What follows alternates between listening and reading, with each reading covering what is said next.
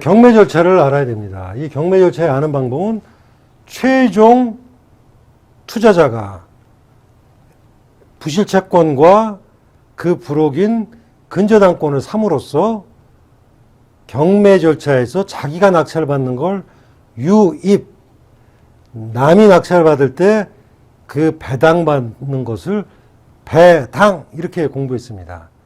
그렇기 때문에 경매 절차를 우리가 좀 알아야 됩니다. 자, 한번 사례를 볼까요? A가 B에게 1억 원을 빌려줬습니다. 근데 갚지 않을 경우는 A는 대여금 반환 소송을 해가지고 승소 판결문을 받습니다. 어디서 받냐면 수소법원에서 받습니다.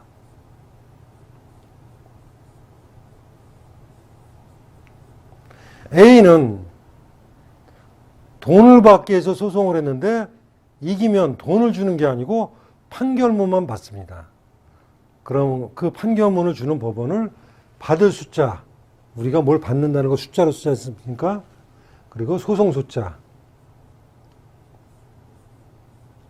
받는다, 소송을 받아주는 법원.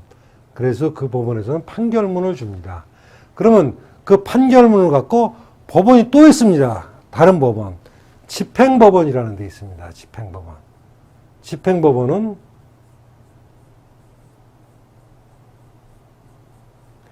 이 집행법원에 가서 그 사람이 갖고 있는 부동산이 있다면 어떻게 됩니까? 경매 신청을 하고, 그 사람이 갖고 있는 뭐 채권이 있다 그러면 채권 압류 추심 뭐 이런 걸 하겠죠. 그 사람이 갖고 있는 동산이 있다 그러면 어떻게 합니까? 동산 압류, 뭐 딱지 붙인다 이런 거 있죠. 이런 걸 합니다. 근데 우리는 부동산에 대한 담보부 부실채권을 공부하고 있으니까 요거 위주로 한번 살펴보도록 하겠습니다. 그래서 집행법원에 가서 제가 이긴 1억 원의 만큼 채무자의 부동산에 경매 신청을 하게 됩니다. 그럼 경매 절차가 이제 시작이 되는 것이죠. 그래서 경매 절차는 경매 신청이 있으면 법원, 경매 신청할 때 판결문이 붙어 있어야 되겠죠? 판결문. 이런 거를 강제 경매라고 합니다. 강제 경매. 근데 근저당권이 설정되어 있는 경우가 있습니다. 근저당권이 설정되어 있는 경우는 내가 돈을 빌렸을 때 돈을 갚지 못하면 나중에 내 부동산을 처분해서 가져도 좋습니다라는 뜻이 담보물권의 뜻이거든요. 그 뜻이 이미 들어가 있어요. 처분해서 가져가세요. 그래서 그걸 임의 경매라고 합니다. 임의 경매. 예. 그래서 채권자가 신청이 있으면 법원은 경매 개시 결정을 해서 매각 부동산을 압류한다. 압류가 뭐냐면 이게 잡는 걸 압류라고 하지 않습니까? 부동산 압류는 뭐냐? 이 등기가 된 것을 얘기한다고 보면 쉽습니다. 예. 그래서 등기부를 띄었을 때 경매 개시 결정, 뭐 강제 경매 나오면 아 이게 압류돼 있구나. 압류가 돼서 이제 경매가 진행되는구나 이렇게 알 수 있게 되는 것입니다.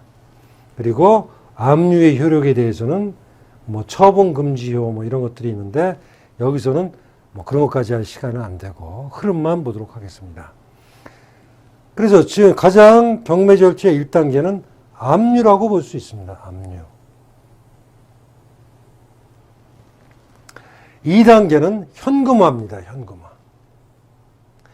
현금화라는 건 이제 채권자가 돈을 받기 위해서 그 부동산을 압류하는 거 아니겠습니까? 그러니까 현금화를 해야 되는 것이죠.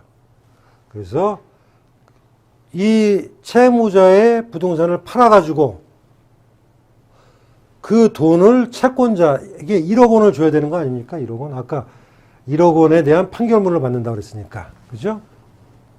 그 부동산을 팔아야 돈을 만들어서 1억 원을 주지 않습니까? 그래서 현금화가 필요한 것입니다. 그래서 그걸 위해서는 뭐 감정도 하고 그래서 최저 매각 가격을 정합니다. 그리고 그 가격에서 이제 뭐 낙찰을 시도하겠죠. 그래서 뭐 누군가 낙찰을 받게 되면은